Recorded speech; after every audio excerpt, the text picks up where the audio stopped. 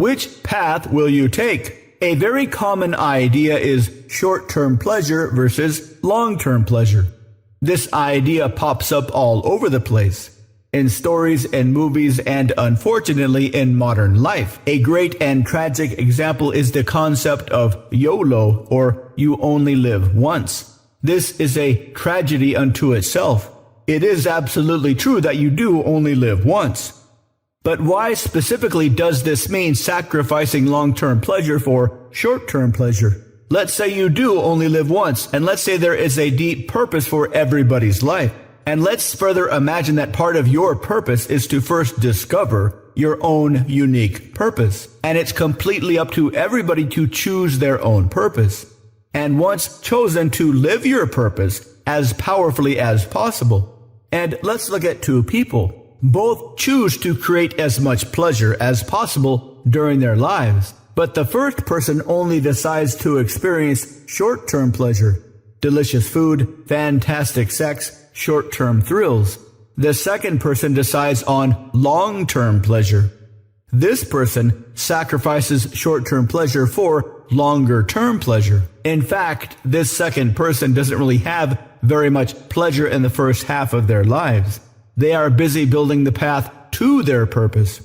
And as they get older later in life, they look back at all the things they've accomplished, and that gives them a fantastic feeling. They look back after creating something magnificent, an empire, a string of best-selling novels, a few very powerful artistic expressions, a legacy to be remembered for generations, and all the grinding it took to get there was worth every second.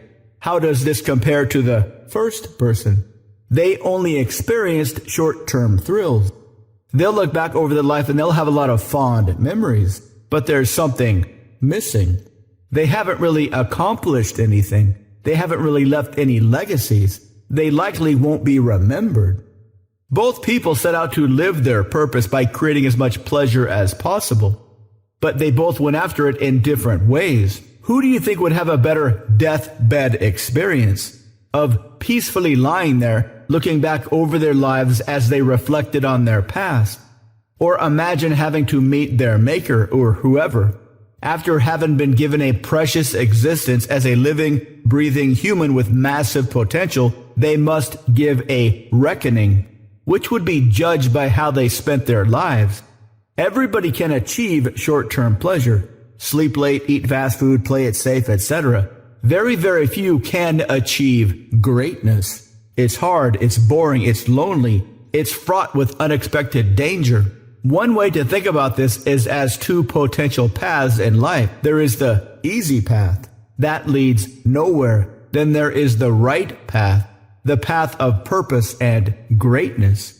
This creates a very easy way to live life. That is, if you want to achieve something fantastic, look at any choice you are presented with, any fork in the road. Take the path that seems the most difficult, because that is the path to destiny. To learn more, visit mindpersuasion.com/3x3.